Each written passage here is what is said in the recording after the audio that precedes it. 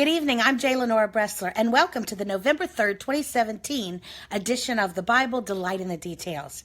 We are looking tonight at Exodus chapter 17, verse 11, and thereafter.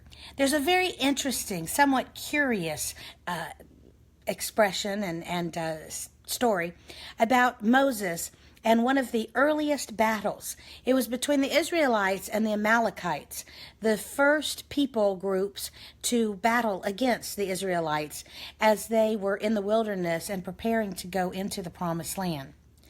The Amalekites and the Israelites were battling, and Moses was up where he could see the battle on some kind of a range or mountain or hill or something.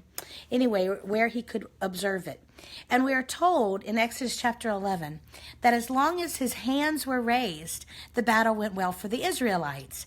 But if he put his hands down and lowered his arms, the Amalekites prevailed. Now, first of all, what in the world is all of that about? Well, clearly, just because you raise your arms doesn't necessarily mean that a battle is going to go one way or the other. So there's got to be some kind of a symbolism or message here. And indeed there is. You know, when most of us pray today, we think about praying with our eyes closed, our head lowered, maybe even with our hands folded. But there are many postures of prayer.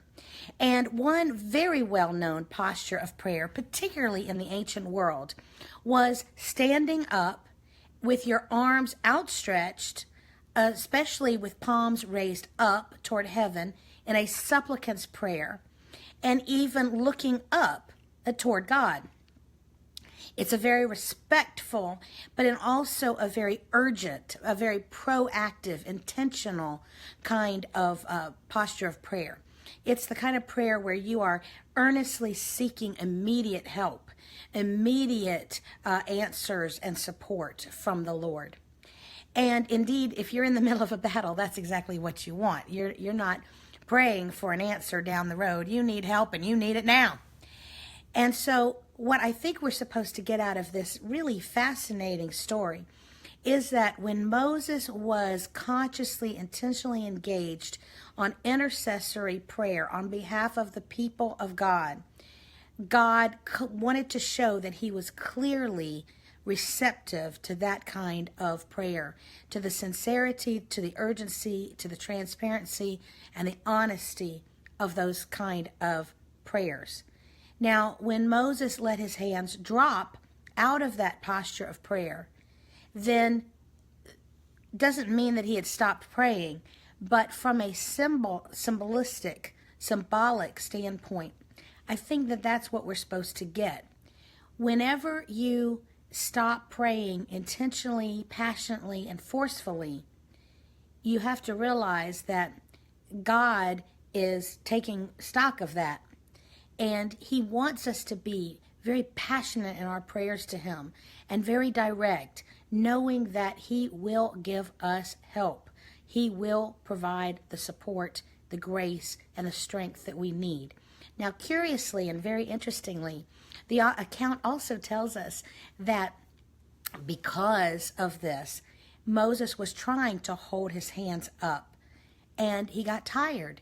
And so what happened? Two men came and helped him by literally holding his arms up.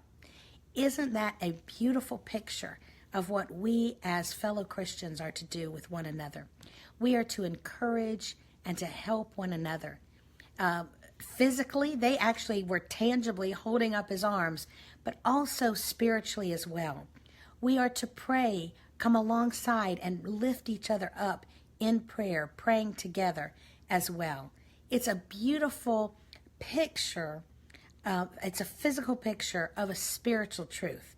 Not that it didn't also happen physically, because I do believe that, but I think that a lot of times the physical truth also speaks to a deep spiritual reality that is still applicable today. I'm J. Lenora Bressler. Visit me on the next edition of The Bible Delight in the Details. Have a marvelous night.